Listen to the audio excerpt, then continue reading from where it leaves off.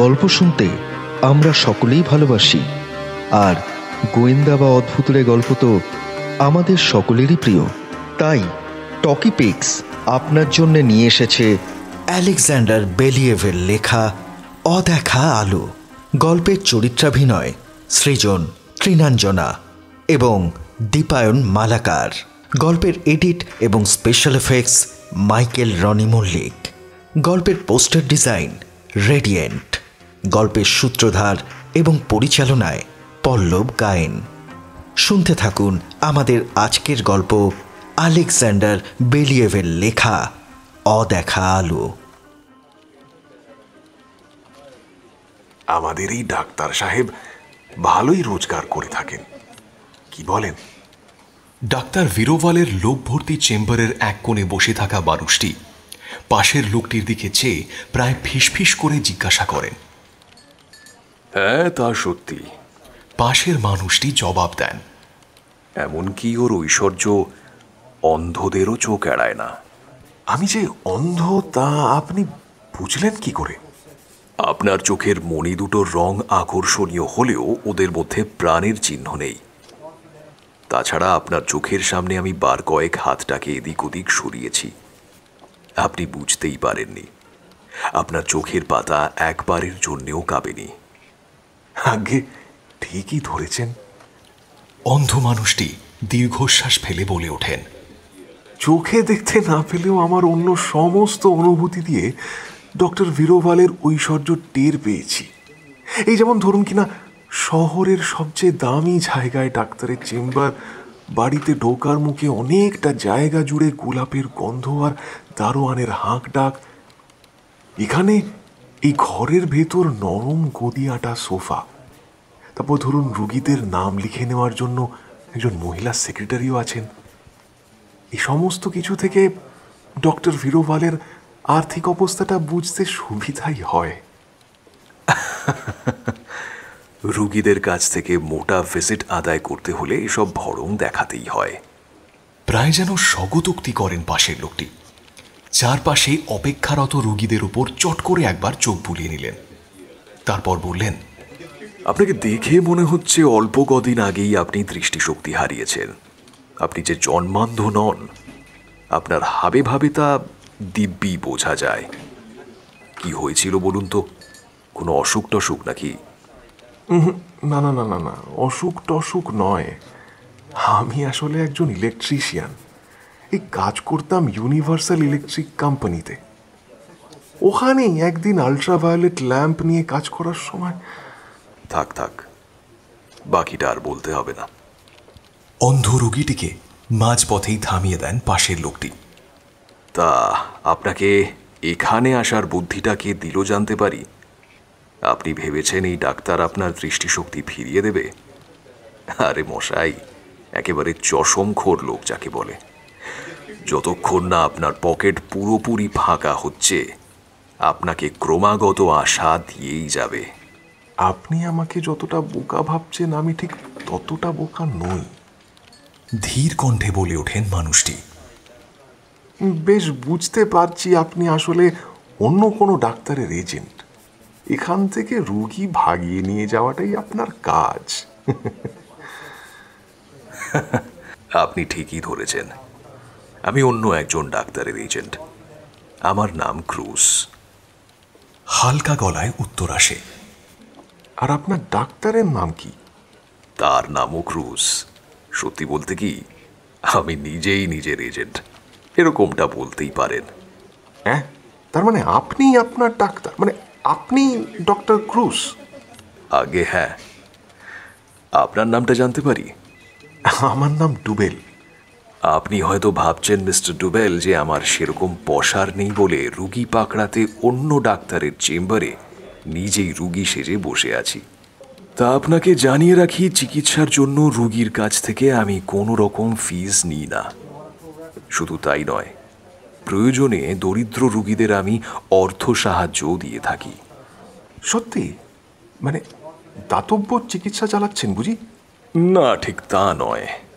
Cross উত্তর দেন, চিকিৎসার বিনিময়ে অর্থ না নিলেও রুগীদের কাছ থেকে আমি অন্য রকম সাহায্য নিয়ে থাকি। আপনাকে সব খুলেই বলছি, কারণ আমার নিশ্চিত ধারণা আপনিও একদিন আমার কাছে আসবেন। আমার পূর্বপুরুষ যে পরিমাণ অর্থ রেখে গেছেন, তাতে রুগীদের কাছ থেকে ভিজিট না নিয়েও আমার দিব্যি চলে যায়। আসলে আর 5টা ডাক্তারের মতো চেম্বার খুলে না বসে আমি আপনার মতো রুগীদের অসুখ নিয়ে গবেষণা চালিয়ে যাচ্ছি এই বিগত বেশ কয়েক বছর ধরে। বাড়িতেই আমার ল্যাব। ও, তার মানে রুগীদের ওপর আপনি ওই এক্সপেরিমেন্ট চালান, তাই তো? ঠিক তাই। রুগীদের সারিয়ে তোলার বিনিময়ে তাদের ওপর পরীক্ষা নিরীক্ষা করার সুযোগটুকুই শুধু আমি চাই। আন্তরিক ভঙ্গিতে বলতে থাকেন ক্রুজ। আপনি অবশ্য এক্ষুনি আমার কাছে আসবেন না সেটা আমি জানি। আপনার অ্যাক্সিডেন্টের দরুন কোম্পানি থেকে ক্ষতিপূরণ বাবদ যে অর্থ পেয়েছেন, তা যখন নিঃশেষ হয়ে যাবে তখন আপনি আমার কাছে আসবেন। এই রইল আমার কার্ড। আমার নাম, ঠিকানা, ফোন নাম্বার সবই রয়েছে এতে। হাত বাড়িয়ে কার্ডখানা নেয় ডুবেল। ঠিক তখনই ভেতরে যাওয়ার ডাক আসে। ডুবেলের সঙ্গে সঙ্গে ক্রুসও উঠে দাঁড়ান। ডুবেলের কানের কাছে মুখ এনে ফিসফিস করে বলেন, আশা করি ডক্টর ভিরোভালের কাছে নিয়মিত আসা যাওয়া করলে মাস 2 মধ্যেই আপনার সমস্ত ফান্ডস ফুরিয়ে আসবে। তাহলে এখন থেকে মাস 3 পর আপনাকে আমি আশা করব, কি বলেন? ডুবেলকে আর কিছু বলার সুযোগ না দিয়েই ঘর ছেড়ে বেরিয়ে গেলেন ডক্টর ক্রুজ। ট্যাক্সির ভাড়া মিটিয়ে ফুটপাথের ওপর উঠে দাঁড়ালেন ডুবেল। ফিরে যাওয়ার ট্যাক্সি ভাড়াটুকুও আর পকেটে নেই। ডক্টর ক্রুজ ঠিকই বলেছিলেন, ডক্টর ভিরোভাল ওর চোখের আদৌ কোনো উন্নতি ঘটাতে পারেননি, অথচ 3 মাসের মধ্যেই ওর এখন কপরদক শূন্য অবস্থা। এই যে এটাই ডাক্তার ক্রুজের বাড়ি, চলুন আপনাকে ভেতরে পৌঁছে দিয়ে আসি। ট্যাক্সি ড্রাইভার এসে ডুবেলের হাত ধরেন। কলিং বেল টিপতেই মহিলা কণ্ঠস্বর কানে আসে। ডাক্তারবাবু তো এখন ড্রয়িং রুমে বসে আছেন। ডুবেল নিজের পরিচয় দিতেই ভদ্রমহিলা ওর হাত ধরে বলেন, আমার সঙ্গে আসুন। অনেকগুলো ঘর পেরিয়ে হঠাৎ থমকে দাঁড়াতে হয় ডুবেলকে। ক্যাচ ক্যাচ শব্দে ভারী একটা দরজা খুলে যায়। ঘরের ভেতর থেকে ক্রুসের পরিচিত কণ্ঠস্বর ভেসে আসে। আরে মিস্টার ডুবেল যে, আসুন আসুন। আইরিন, তুমি এখন যেতে পারো। মহিলার কোমল আঙুলের স্পর্শ মুছে যায়। তার বদলে ক্রুসের শক্ত মুঠিতে বাঁধা পড়েন ডুবেল। হ্যাঁ, আসুন আসুন, এই যে এই চেয়ারটাতে আরাম করে বসুন। সযত্নে ডুবেলকে গদি আঁটা একটা চেয়ারে বসিয়ে দেন ডক্টর ক্রুজ। বলেন, দেখলেন তো, আমার কথাটাই শেষ পর্যন্ত ফলল। আপনার পকেট সাফ করে ফেলতে ডক্টর ভিরোভালের মাস 2 বেশি সময় লাগেনি। আমার কাছে আসার ব্যাপারে নিশ্চয়ই আপনার সংকোচ বোধ হচ্ছিল, তাই না? আমায় সারিয়ে তোলার বিনিময়ে আপনি আমার কাছ থেকে ঠিক কি প্রত্যাশা করেন? শান্ত গলায় জানতে চান ডুবেল। আপনাকে সব খুলেই বলি তাহলে। ডক্টর ক্রুজ শুরু করেন। আপনার মতোই একজনকে খুঁজে বেড়াচ্ছি আমি। আমার বহুদিনের গবেষণার ফসল ইলেকট্রন স্কোপ নামে খুদে একটা যন্ত্রের কার্যকারিতা প্রমাণের জন্য আপনার সাহায্য চাই। একটা ছোট্ট অপারেশনের সাহায্যে আমার ওই ইলেকট্রন স্কোপের সরু চুলের মতো রূপোর তারগুলোকে আপনার চোখের নার্ভের সঙ্গে জুড়ে দেব। তাহলেই আপনি অদ্ভুত সমস্ত জিনিস দেখতে পাবেন, যা দুনিয়ায় কেউ কখনো চর্মচক্ষে দেখেনি। কি সেটা?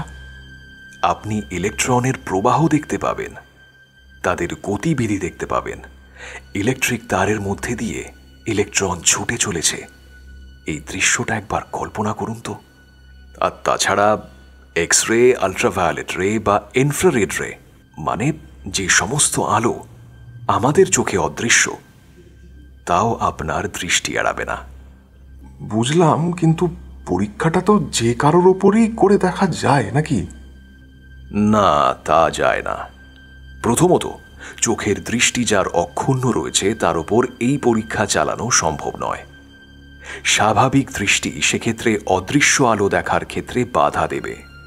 আবার জন্মান্ধ বা বহুদিন আগে অন্ধ হয়েছেন এমন লোকের অপটিক নার্ভ শুকিয়ে যাওয়ার সম্ভাবনা খুব বেশি। যেহেতু অ্যাক্সিডেন্টটা অল্পদিন আগেই ঘটেছে, আপনার নার্ভগুলো অটুট না থাকার কোনো কারণ নেই। আর হ্যাঁ, আপনার ওপর পরীক্ষাটা অল্প দিনের জন্যই চালাবো, তারপরেই করব আপনার আসল চিকিৎসা। আপনার স্বাভাবিক দৃষ্টি আমি ফিরিয়ে দেব, কথা দিচ্ছি। সেজন্য আমাকে আলাদা করে কিছু দিতে হবে না, বরং যতদিন না আপনার স্বাভাবিক দৃষ্টি ফিরে আসছে আমার কাছ থেকে আপনি নিয়মিত অর্থ সাহায্য পাবেন। বেশ বেশ বেশ, আমি রাজি। তা অপারেশনটা কখন করবেন? আমতা আমতা করে বলে ওঠেন ডুবেল। শিগগিরই, তবে তার আগে আপনার বাড়িতে একটা খবর দেওয়া দরকার। এখন দিন কতক আপনি এখানেই থাকবেন। আমার চারদিকে জমাট বাঁধা ঘন কালো অন্ধকার। অন্ধকারকে কি মাপা যায় নাকি? কতটা অন্ধকার পেরিয়ে গেলে আলোয় পৌঁছব? বিড়বিড় করে কথাগুলো বলে চলছিলেন ডুবেল। ওর চোখ দুটো সাদা ব্যান্ডেজে ঢাকা। বহুক্ষণ আগেই জ্ঞান ফিরেছে ওর।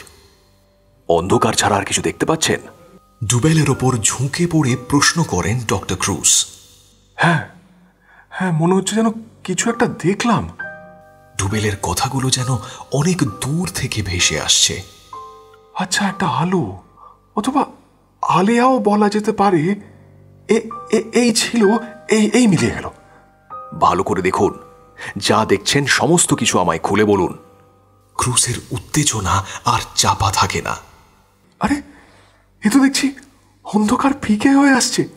চারপাশে আলোর মৃদু রেখা দেখতে পাচ্ছি। আলোর রেখাগুলো কাঁপছে, কখনো ওগুলোকে ঢেউয়ের মতো দেখাচ্ছে। এর রংটাও কেমন ঈষৎ নীলছে। আলোর ঢেউ দেখতে পাচ্ছেন? সন্ধে হয়েছে অনেকক্ষণ। এই ঘরের আলো কিন্তু তেমন জোরালো নয়। ওগুলো কিসের আলো তা আমি বলতে পারবো না, তবে মুঠো মুঠো আলো যেন ঘরের মধ্যে আমার চারপাশে কেউ ছড়িয়ে দিচ্ছে। জানি না এইগুলোই মহাজগৎ থেকে আসা রশ্মি কিনা। আশ্চর্যের কথা, ইলেকট্রিক তারের ভেতরেও আমি মৃদু আলোর রেখা দেখতে পাচ্ছি। ডক্টর ক্রুসের হাত ধরে বিছানা ছেড়ে উঠে দাঁড়ান ডুবেল। ধীর পায়ে গিয়ে দাঁড়ালেন সুইচ বোর্ডের কাছে। তারপর সুইচের ওপর একটা আঙুল রেখে অন্য বাল্বটাকে দেখিয়ে দেন। মৃদু হেসে বলেন, আপনার ঘরের ইলেকট্রিক ওয়্যারিংয়ে কিছু গলদ দেখতে পাচ্ছি ডক্টর ক্রুস। ওই তো কোণের দিকটায় তারের ইনসুলেশনটা উড়ে গিয়েছে। ওই দেওয়ালের গায়ে তারটা গিয়ে ঠেকছে। আমি পরিষ্কার দেখতে পাচ্ছি ইলেকট্রন নষ্ট হচ্ছে। একটা মিস্ত্রি ডাকিয়ে বরঞ্চ ঠিক করে নিন, বুঝলেন? অদ্ভুত, অবিশ্বাস্য। উত্তেজনায় ছটফট করতে থাকেন ডক্টর ক্রুস। আমার কাছে আসুন, আরো অদ্ভুত কথা শোনাচ্ছি আপনাকে। ফিসফিস করে বলে ওঠেন ডুবেল। আপনার মাথার ভেতর থেকে না ঈষৎ গোলাপি আলো বেরিয়ে আসছে। আমার মস্তিষ্কের কোষগুলির মধ্যে যে বিদ্যুৎ প্রবাহের আদান প্রদান ঘটে চলেছে, এটা তারই প্রমাণ। ডুবেলকে বোঝাতে চেষ্টা করেন ডক্টর ক্রুস। সত্যি আমার আজ যে কি আনন্দ হচ্ছে। আমার এতদিনের সাধনা আজ সার্থক হলো। আপনি এই মুহূর্তে কত বড় ক্ষমতার অধিকারী তা কি বুঝতে পারছেন? আমি গাড়ি বের করছি, চলুন। আপনি আর আমি ঘুরতে বেরোবো। আজ রাতে আপনি যা যা দেখবেন আমায় সমস্ত কিছু খুলে বলবেন। ডুবেলের সামনে এখন অদেখা আলোর নতুন এক জগৎ। ইলেকট্রিক তারে আপাদমস্তক জড়ানো শহরের চারদিকে শুধুই আলোর নকশা।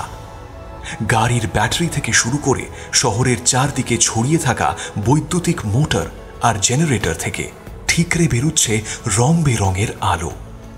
সমস্ত রাস্তাগুলো যেন আলোর বন্যায় স্নান করে উঠেছে। উঁচু উঁচু বাড়িগুলোকে ঘিরে আলোর জাল। সেই সঙ্গে চারদিকে বেতার তরঙ্গের ছোটাছুটি। তার মধ্যে দিয়েই ছড়িয়ে পড়েছে মহাজাগতিক রশ্মিকণা। অবাক বিস্ময়ে সেই সব দেখতে থাকেন ডুবেল। আপনি কি বুঝতে পারছেন, যে ক্ষমতা আপনি আয়ত্ত করেছেন তা পেতে বহু বিজ্ঞানী তাদের চোখ দুটোকে চিরতরে বিসর্জন দিতেও রাজি হবেন। সাধারণ চোখ দিয়ে আমাদের এই পরিচিত জগৎকে দেখার বদলে অদৃশ্য আলোর জগতে পৌঁছতে পারলে নিজেদের তারা ধন্য বলে মনে করবেন। মিস্টার ডুবেল, আগামীকাল আমি সাংবাদিক সম্মেলন ডাকছি।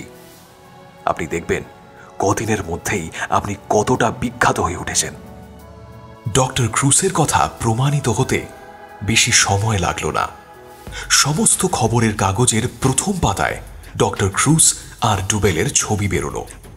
রেডিও টেলিভিশনে ওদের সাক্ষাৎকার প্রচারিত হল দফায় দফায়, এবং তার ফলে ডুবেলের অদ্ভুত ক্ষমতাকে ব্যবসায়িক কাজে লাগানোর বুদ্ধিটা এলো অনেকের মাথায়। এক বিখ্যাত বিদ্যুৎ উৎপাদন সংস্থা তাদের মাটির নিচের কেবল থেকে বিদ্যুৎ অপচয়ের ব্যাপারটা ধরতে ডুবেলকে কিছুদিনের জন্য নিয়োগ করল। এরপর এক বড় সড়ো অফার এলো ইউনিভার্সাল ইলেকট্রিক কোম্পানির কাছ থেকে। ওখানকার বিজ্ঞানীরা গবেষণাগারে নানা ধরনের অদৃশ্য রশ্মি যেমন এক্স রে, গামা রে, আল্ট্রাভায়োলেট রের স্বরূপ সম্পর্কে গবেষণা চালাচ্ছিলেন। ডুবেলকে সেই কাজে সাহায্য করার জন্য আবেদন জানালেন সেই প্রতিষ্ঠানের কর্তৃপক্ষ। বিনিময়ে মোটা অর্থের টোপ রাখা হলো তার সামনে। ডুবেলের কর্মব্যস্ত জীবন শুরু হলো নতুন করে। সকাল 8টায় তাকে গিয়ে বসতে হয় ওজোন ভেপার এবং নানা ধরনের রাসায়নিকের গন্ধে ভরা এক ল্যাবে। বিভিন্ন ধরনের যন্ত্র থেকে যেসব আপাত অদৃশ্য আলোর সৃষ্টি হয় তার আকৃতি প্রকৃতি বর্ণনা করতে হয় তাকে। দুজন স্টেনোগ্রাফার সযত্নে লিখে নেন ওর সব কথাগুলো। ডুবেলের সাহায্য নিয়ে কিছু কিছু বৈজ্ঞানিক সমস্যার সমাধান হলো অল্প দিনের মধ্যেই। ডক্টর ক্রুসও ওর উপর কিছু কিছু পরীক্ষা চালান। ক্রুসের বাড়িতেই এখনো রয়েছেন ডুবেল। যদিও এই অদ্ভুত ক্ষমতা আমায় যথেষ্ট অর্থ ক্ষমতা দিয়েছে, তবু মনে হয় যাদের স্বাভাবিক দৃষ্টি রয়েছে তারা অনেক বেশি ভাগ্যবান। আক্ষেপ করে কথাগুলো ডক্টর ক্রুসকে একদিন বলেই ফেললেন ডুবেল। আমার চোখ থেকে অন্ধকার দূর হলেও এই জগতের স্বাভাবিক রূপ রং থেকে আমি বঞ্চিত। আমাদের মধ্যে যে চুক্তি হয়েছিল তাতে অবশ্য আপনাকে স্বাভাবিক দৃষ্টিশক্তি ফিরিয়ে দেওয়ার কথা। উত্তর দিলেন ডক্টর ক্রুস। আপনি যদি চান তবে এখনই সেটা সম্ভব হতে পারে। দয়া করে তাই করুন। অনুনয়ের ভঙ্গিতে বললেন ডুবেল। সত্যি বলতে কি, মাঝে মাঝে মনে হয় আমি যেন নিজেই একটা যন্ত্র হয়ে গেছি। এই বিজ্ঞানীরা, ব্যবসায়ীরা আমাকে যন্ত্রের মতো কাজে লাগাচ্ছে। এই জীবন থেকে আমায় মুক্তি দিন ডক্টর ক্রুস, প্লিজ আমায় মুক্তি দিন এই জীবন থেকে।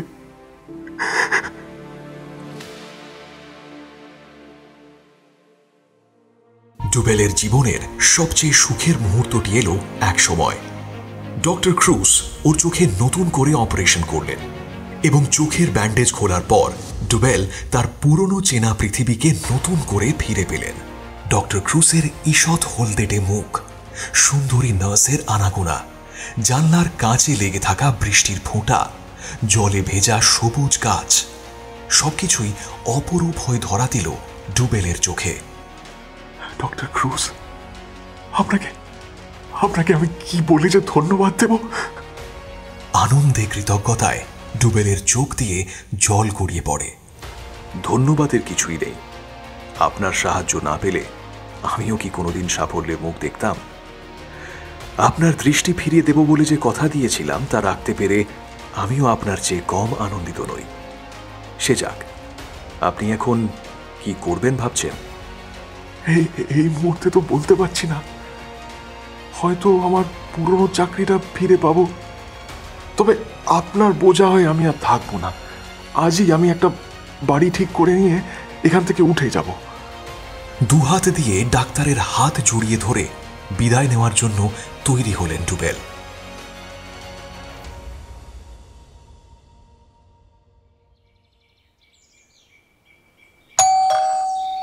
মাস 6 পরের ঘটনা। কলিং বেলের আওয়াজ শুনে দরজা খুলতেই ডুবেলকে দেখতে পেলেন ডক্টর ক্রুস। ডক্টর ক্রুস, আপনি আমার স্বাভাবিক দৃষ্টি একদিন ফিরিয়ে দিয়েছিলেন। সেজন্য আপনার কাছে না আমার কৃতজ্ঞতার শেষ নেই। আমি সব আগের মতো পরিষ্কার দেখতে পাই। আরে কোথায় কাজ করছেন এখন? স্বাগত ভঙ্গিতে জানতে চান ক্রুজ।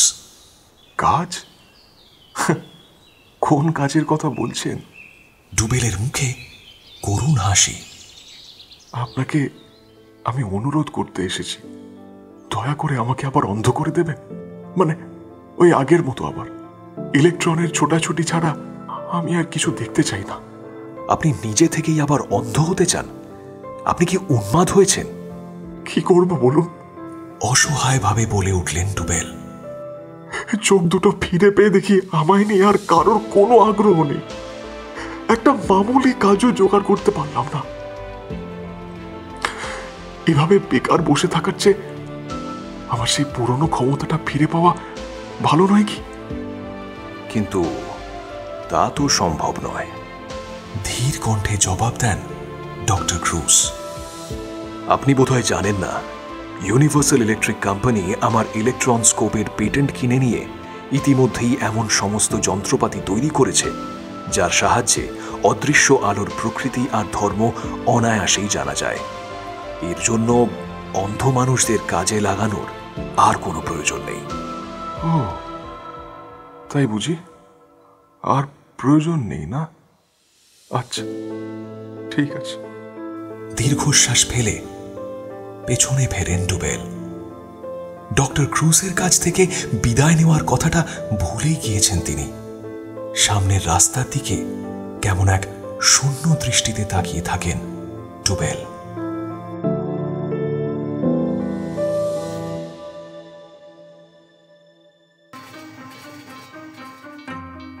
এতক্ষণ আপনারা শুনলেন আমাদের আজকের গল্প অদেখা আলো।